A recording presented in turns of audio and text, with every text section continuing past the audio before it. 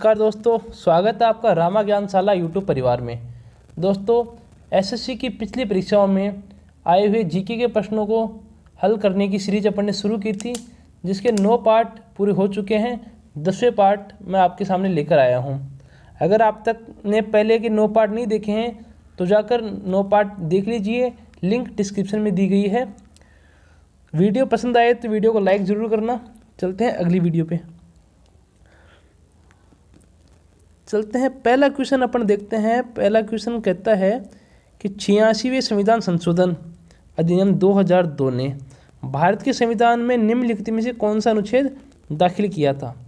दोस्तों, 86वां संविधान संशोधन 2002 में हुआ था, जिसके अंतर्गत संविधान में 21 क जोड़ा गया था, जो कि संबंधित है अनिवार्य और निःशुल्क शिक्षा के प्रावधान से।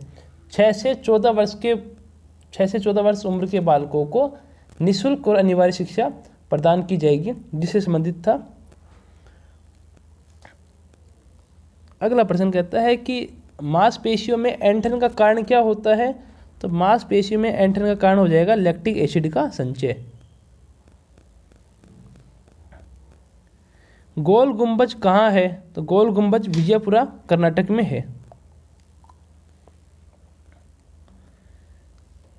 निम्नलिखित में से कौन सा देश बेसिक समूहीकरण का सदस्य नहीं है।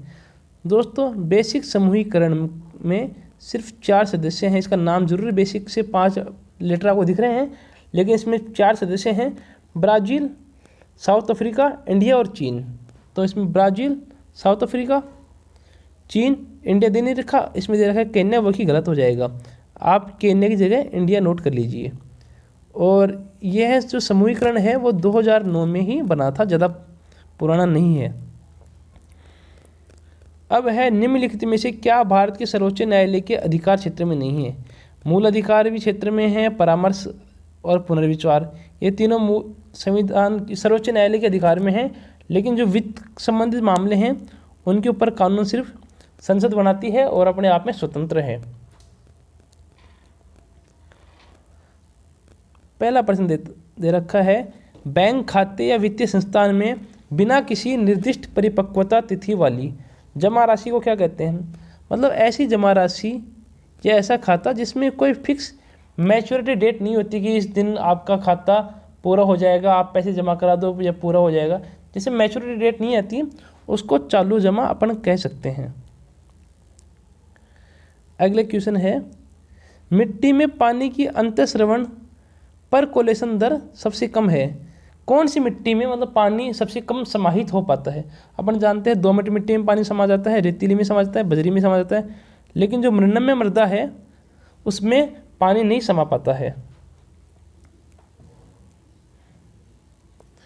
ज्ञानपीठ पुरस्कार निम्नलिखित में से किस क्षेत्र में दिया जाता है। तो ज्ञानपीठ पुरस्कार चिकित्सा के क्षेत्र, साहित्य के क्षेत्र में दिया जाता है। दोस्तों, चिकित्सा नहीं, साहित्य के क्षेत्र में ज्ञानपीठ पुरस्कार दिया जाता है।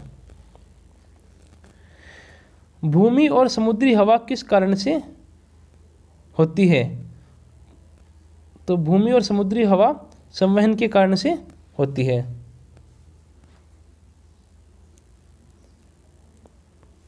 अगला प्रश्न है, कौन सा विरासत स्थल वास्तुकला की बेहतरीन द्रविड़ शैली को दर्शाता है। तो इसमें से 3 ऑप्शन छोड़ के चौथा ऑप्शन दे रखा है हम्पी, जो कि द्रविड़ शैली से संबंधित हो जाएगा।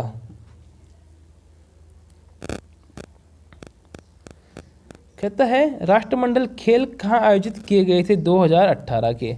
तो 2018 के जो कॉमनवेल्थ गेम्स थे वो ऑस्ट्रेलिया की क्वींसलैंड में गोल्ड कोस्ट सिटी में आयोजित किए गए थे। गोल्ड कोस्ट कहाँ बताया, ऑस्ट्रेलिया की क्वींसलैंड में।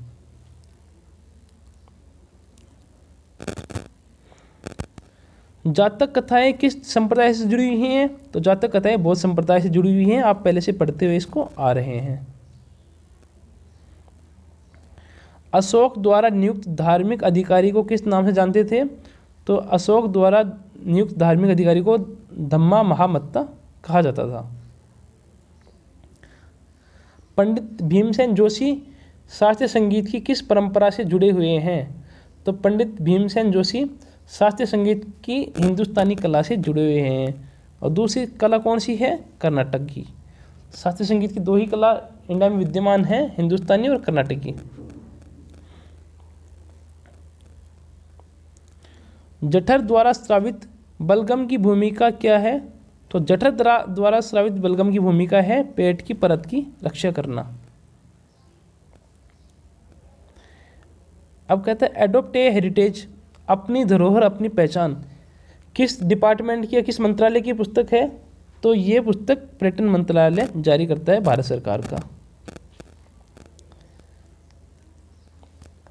कहता है कि रियो डी जेनेरियो की पृथ्वी शिखर सम्मेलन किस वर्ष आयोजित की गई थी? तो दोस्तों 1992 में 3 जून से लेकर 14 जून तक पृथ्वी शिखर सम्मेलन आयोजित किया गया था, रियो डी जेनेरियो, जो कि ब्राजील का एक शहर है। बैंकों की दर निम्नलिखित में से किस एजेंसी द्वारा तय की जाती है? बैंकों की जो दर होती है वो भारतीय रिजर्व बैंक तय करता है। या मान लो कि जो भी बैंकों का नोडल होता है पूरे भारत में, तो नोडल संस्था है RBI, reserve bank of India. शुद्धि आंदोलन के संस्थापक कौन थे? स्वामी दयानंद सरस्वती। इसका आंसर हो जाएगा, ये आपको याद रखना है, स्वामी दयानंद सरस्वती ने शुद्धि आंदोलन चलाया था। आप ये भी जानते हैं कि स्वामी दयानंद सरस्वती ने आर्य समाज की स्थापना की थी और ब्रह्म समाज की स्थापना की थी राजा राम मोहन राय ने। इनके लिए आप नोट कर लेना, कौन सा समाज? ब्रह्म समाज।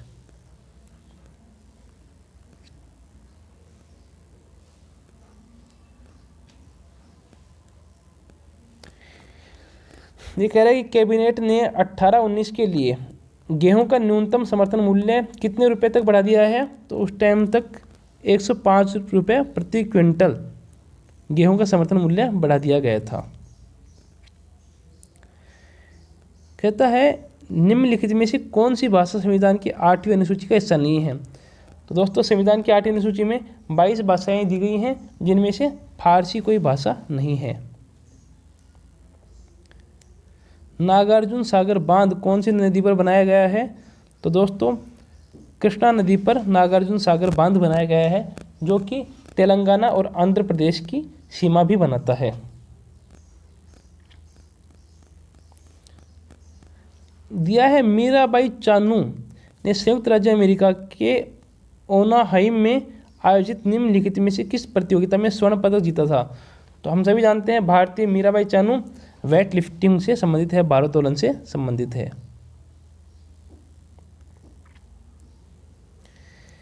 कहता है कि निम्नलिखित में से किसे एक संकेतक के रूप में इस्तेमाल नहीं किया जा सकता? अब संकेतक का मतलब ये है कि जिसमें कोई कलर होता है वो। अब हम सभी जानते हैं कि जो साधारण नमक है वो जल में घुलनशील है और पारदर्शी है। जल में घुलने के बाद कोई विशेष कलर नहीं होता है साधारण नमक का, इसलिए इसे संकेतक के रूप में हम नहीं काम ले सकते। बाकी चीनी गुलाब को भी ले सकते हैं, फिनोप्थिलीन को भी ले सकते हैं, हल्दी को भी। ये तीनों अपना अपना रंग छोड़ते हैं, बाकी साधारण नमक कोई विशेष रंग नहीं छोड़ता है। कहता है 2011 की जनगणना के अनुसार किस राज्य का साक्षरता दर सबसे अधिक है? तो दोस्तों केरल की साक्षरता दर सर्वाधिक है 2011 की जनगणना में, और केरल का लिंगानुपात भी सर्वाधिक है। ये चीज़ें आपको नोट करनी है, याद रखनी है। दोस्तों जनगणना के ऊपर मैं अलग से वीडियो बना दूंगा, जिसकी लिंक आपको मिल जाएगी। आप रामा ज्ञानशाला यूट्यूब चैनल को सब्सक्राइब कीजिए, और अगर आप पढ़ाई से जुड़े हुए हैं तो निरंतर इस चैनल को विजिट करते रहिए। मैं आशा करता हूँ आपको दी गई जानकारी समझ आई होगी। रामा ज्ञानशाला यूट्यूब परिवार आपके उज्जवल भविष्य की कामना करता है। धन्यवाद।